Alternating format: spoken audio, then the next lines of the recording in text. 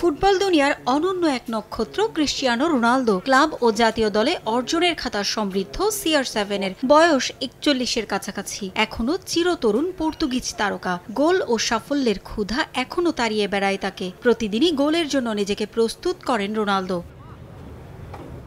Sporting সিপিতে career শুরু, এরপর Manchester ইউনাইটেডে এসে হয়ে ওঠেন তারকা। সেখান থেকে স্পেনের সফল ক্লাব রিয়াল মাদ্রিদে দাপটের সঙ্গে কাটান 9 বছর। ইউভেন্টাস ও ইউনাইটেডে দ্বিতীয় মেয়াদটা অবশ্য সুখের ছিল না তার। ক্যারিয়ারের দুর্দান্ত ছন্দে থাকা অবস্থায় পাড়ি জমান মধ্যপ্রাচ্যের ফুটবলে। রোনালদো বলেই হয়তো কঠিন এই পথে হাঁটতে পেরেছিলেন।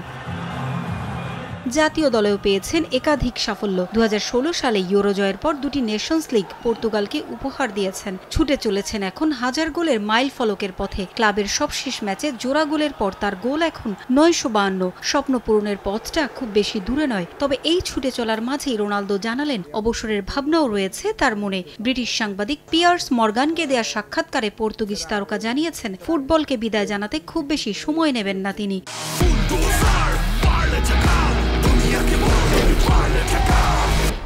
Nothing will be compared. আমি অবসরের জন্য সব সময়ই প্রস্তুত আছি, যদিও এটা খুব কঠিন সিদ্ধান্ত। আমার বয়স যখন 25, 26 বা 27, তখন থেকেই আমি আমার ভবিষ্যৎ জীবনের প্রস্তুতি নিয়েছি। আমি মনে করি আমি চাপ সামলাতে পারবো। ফুটবলে গোল করার পর শরীরে যে রোমাঞ্চ আর উত্তেজনা তৈরি হয়, এর সঙ্গে আসলে অন্য কোনো কিছুর তুলনা হয় না। তবে সবকিছুর একটা শেষ আছে। অবসরের পর আমি নিজের জন্য বেশি সময় পাবো, তখনও পারবো আশা করি। আগামী বছর 48 দল নিয়ে যুক্তরাষ্ট্র, কানাডা ও মেক্সিকোতে বসবে বিশ্বকাপ ফুটবলের আসর। প্রতিটা ফুটবলারের স্বপ্ন থাকে বিশ্বজয়ের। তবে এখানেও ব্যতিক্রম রোনালদো।